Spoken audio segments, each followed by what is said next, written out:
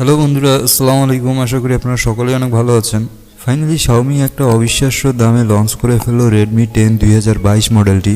Xiaomi officially এই ফোনটিকে দুটি ভেরিয়েন্টে launch করলো, একটি 464 এবং আরেকটি 6128GB এর ভেরিয়েন্ট। বন্ধুরা, রেডমি 10 প্রিভিয়াস ভার্সনটির অফিসিয়াল বাজার মূল্য ছিল 19,000 থেকে 21,000 টাকা।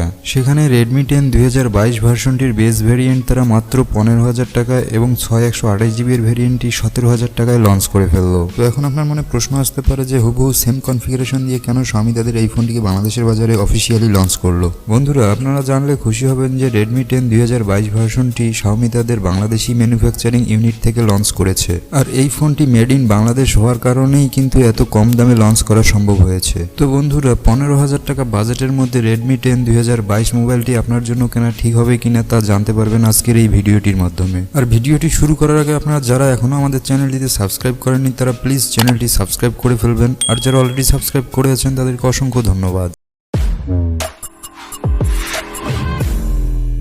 তো বন্ধুরা, প্রথমেই ফোনটির ডিজাইন এবং বিল্ড কোয়ালিটি নিয়ে বলতে গেলে এই ফোনটির ডিজাইন পুরো 100তে 100, কারণ এই ফোনটির ক্যামেরা বাম্পের ডিজাইনটি সত্যিই অসাধারণ। আর প্লাস্টিক ম্যাটেরিয়ালে বিল্ড করা এই ফোনটির পেছনের দিকটাতে ম্যাট ফিনিশিং দেওয়া হয়েছে, যাতে করে আপনারা ইনহ্যান্ড ফিল্ডের দিক থেকে এই ফোনটি অনেক ভালো ফিল করবেন। আর এই ফোনটি আপনারা অসাধারণ 3টি কালার ভেরিয়েন্টে পেয়ে যাবেন, পেবল হোয়াইট, কার্বন গ্রে এবং C blue. Ports and button নিয়ে বলতে গেলে এই ফোনটির ডান দিকে রয়েছে পাওয়ার বাটন এবং ভলিউম রকার। আর এই ফোনটির পাওয়ার বাটনটি ফিঙ্গারপ্রিন্ট স্ক্যানার হিসেবে ব্যবহার করা হয়েছে। আর ফোনটির নিচের দিকে রয়েছে primary speaker, type C charging port এবং প্রাইমারি মাইক্রোফোন। এবং ফোনটির উপরের দিকে রয়েছে 3.5mm headphone jack, secondary speaker, IR blaster এবং সেকেন্ডারি নয়েজ ক্যান্সেলিং মাইক। আর ফোনটির বাম দিকে রয়েছে সিম কার্ড ট্রেস। আর বন্ধুরা, এই ফোনটিতে হাইব্রিড সিম স্লট ব্যবহার করা হয়েছে, অর্থাৎ আপনারা একটি সিম এবং একটি মেমোরি কার্ড ব্যবহার করতে পারবেন অথবা দুটি সিম একসঙ্গে ব্যবহার করার সুবিধা রয়েছে। এই ফোনটির ডিসপ্লে নিয়ে বলতে গেলে ফোনটিতে ব্যবহার করা হয়েছে 6.5 ইঞ্চি এর IPS LCD প্যানেল এবং 90 Hz এর রিফ্রেশ রেট। ফুল HD+ রেজুলেশনের এই ফোনটির ডিসপ্লের স্পেসিফিকেশন হলো 2400x1080 পিক্সেল। ডিসপ্লেটির পিক্সেল ডেন্সিটি হলো 405 ppi এবং পিক ব্রাইটনেস 400 নিটস। আর ডিসপ্লেটির চিন এবং বেজেল এরিয়া প্রাইস বিবেচনায় আমার কাছে মোটামুটি ঠিকঠাকই লেগেছে। এছাড়াও আপনারা ডিসপ্লেটিতে প্রোটেকশন হিসেবে পাবেন গরিলা গ্লাস 3 এর প্রোটেকশন। আর ডিসপ্লেটির ঠিক উপরেই দেওয়া হয়েছে central punch whole selfie camera. তো ওভারঅল ডিসপ্লে নিয়ে বলতে গেলে বন্ধুরা, এই ফোনটির ডিসপ্লে আমার কাছে এই প্রাইস বিবেচনায় খুবই ভালো লেগেছে। আর 90 Hz রিফ্রেশ রেট থাকার কারণে আপনারা এই ফোনটি দিয়ে গেম প্লে করার সময়ও স্মুথ পারফরমেন্স পেয়ে যাবেন। বন্ধুরা, এই ফোনটির ক্যামেরা নিয়ে বলতে গেলে এই ফোনটির রেয়ারে ব্যবহার করা হয়েছে কোয়াড ক্যামেরা সেটআপ, যার মেইন ক্যামেরাটি 50 মেগাপিক্সেলের 1.8 অ্যাপাচারের এবং আরেকটি ক্যামেরা হলো 8 মেগাপিক্সেলের 2.2 অ্যাপাচারের আলট্রা ওয়াইড ক্যামেরা এবং বাকি দুটি ক্যামেরা হলো 2 মেগাপিক্সেলের 2.4 অ্যাপাচারের ম্যাক্রো সেন্সর ক্যামেরা এবং ডেপথ সেন্সর ক্যামেরা। আর বন্ধুরা, এই ফোনটির ক্যামেরা পারফরমেন্স নিয়ে বলতে গেলে শাওমির অন্যান্য ফোনগুলোর মতো এই ফোনের ক্যামেরাটিও ঠিকঠাক পারফর্ম করতেছিল।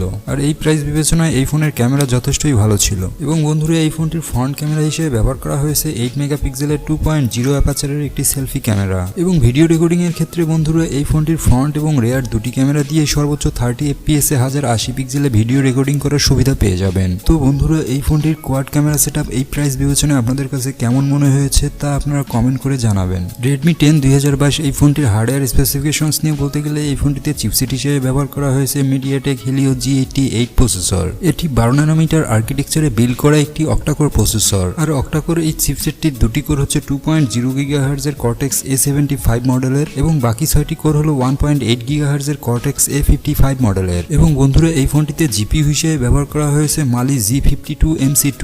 আর বন্ধুরা, এই প্রসেসরটির পারফরমেন্স নিয়ে বলতে গেলে এই প্রসেসরটি মিডিয়াটেকের হিলিও G85 প্রসেসরটি থেকে কিছুটা এগিয়ে থাকবে। আর মিডিয়াটেক হিলিও G88 এই বাজেট রেঞ্জে সব থেকে সেরা একটি প্রসেসর। আর গেমিং পারফরমেন্স নিয়ে বলতে গেলে এই ফোনটি দিয়ে আপনারা ফ্রি ফায়ার, পাবজি এবং কল অফ ডিউটির মতো গেমগুলি আলট্রা গ্রাফিক্সে খেলতে না পারলেও মিডিয়াম রেজুলেশনে একদম হাইয়েস্ট গ্রাফিক্সে আপনারা গেম প্লে করতে পারবেন। তো বন্ধুরা, আপনারা যারা 15 থেকে 17,000 টাকা বাজেটের মধ্যে একটি গেমিং ফোন কিনতে যাচ্ছেন তাদের জন্য এই ফোনটি একটি বেস্ট চয়েস হতে পারে। ব্যাটারি এবং চার্জিং নিয়ে বলতে গেলে এই ফোনটির সাথে দেওয়া হয়েছে আসলে 5000 mAh এর একটি বিগ ব্যাটারি এবং বক্সের সাথে দেওয়া হয়েছে 22.5 ওয়াটের একটি ফাস্ট চার্জার, যদিও এই ফোনটিতে 18 ওয়াট পর্যন্ত ফাস্ট চার্জিং সাপোর্ট করে। র্যাম এবং স্টোরেজ নিয়ে বলতে গেলে এই ফোনটি অফিসিয়াল অফিসিয়ালি দুটি ভেরিয়েন্টে আপনারা পাবেন 4GB RAM 64GB স্টোরেজ এবং 6GB RAM 128GB স্টোরেজ, এবং দুটি ভেরিয়েন্টেরই র্যামের টাইপ হলো LPDDR4X এবং স্টোরেজ টাইপ হলো eMMC 5.1। এবং বাংলাদেশ মার্কেটে এই ফোনটির 4GB RAM 64GB স্টোরেজের অফিসিয়াল মূল্য হলো 14,999 টাকা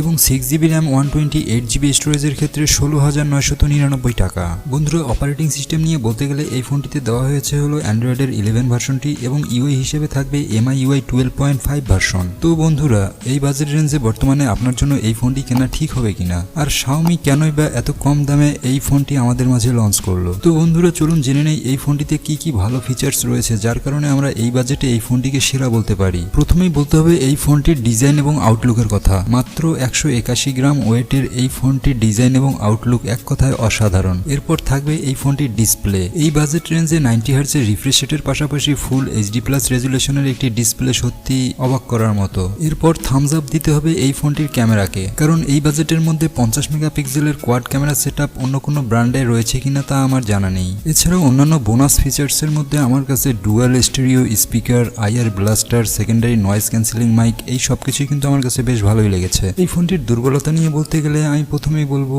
এখানে দেওয়া হয়েছে একটি হাইব্রিড সিম স্লট। তবে এখানে হাইব্রিড সিম স্লটের জায়গায় যদি ডেডিকেটেড মেমোরি কার্ড ব্যবহারের সুবিধা থাকতো তাহলে বেশ ভালোই হতো। এই ফোনটির আরেকটি দুর্বল দিক আমার কাছে মনে হয়েছে স্টোরেজ টাইপ eMMC 5.1। তবে এখানে যদি স্টোরেজ টাইপ EFS 2.1 ব্যবহার করা হতো তাহলে এই ফোনটির পারফরমেন্স হয়তো আরো অনেক গুণে বেড়ে যেত। তবে প্রাইসের কথা চিন্তা করলে এই সব ছোটখাটো দুর্বলতা আমার কাছে মনে হয় না তেমন কোনো বড় ধরনের সমস্যা করবে। আর বন্ধুরা, ভিডিওর প্রথমে বলেছিলাম Redmi 10 2022 মোবাইলটি কিন্তু মেড ইন বাংলাদেশ, আর এই ফোনটি Xiaomiর বাংলাদেশ ইউনিটে ম্যানুফ্যাকচার হওয়ার কারণে এই ফোনটি কিন্তু অনেক কম দামে অফিসিয়ালি লঞ্চ করা সম্ভব হয়েছে। তো এখনো আপনাদের মধ্যে যারা দ্বিধাদ্বন্দ্বে রয়েছেন যে মেড ইন বাংলাদেশ ফোন কিনবেন কিনা, তারা নির্দ্বিধায় এই ফোনটি কিনতে পারেন। আর এই ফোনটি 2022 সালে হতে চলেছে নির্দ্বিধায় এই বাজেট রেঞ্জের মধ্যে সেরা একটি ফোন। আর আপনাদের মধ্যে যারা Xiaomi লাভার্স আছেন তারা আনঅফিসিয়াল ফোন না কিনে বর্তমানে এই ফোনটিকে অফিসিয়ালি কিনে নিতে পারেন।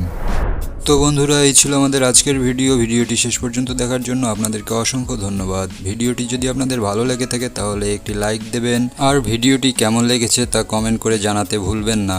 আর এমনই সুন্দর সুন্দর নতুন নতুন ভিডিও পেতে আপনারা আমাদের চ্যানেলটিতে সাবস্ক্রাইব করে পাশে থাকবেন। তো বন্ধুরা, আজ এ পর্যন্তই। ভালো থাকবেন, সুস্থ থাকবেন, দেখা হবে নতুন কোনো ভিডিওতে। ততক্ষণ পর্যন্ত আমি শীতল নিচ্ছি বিদায়। আল্লাহ হাফেজ।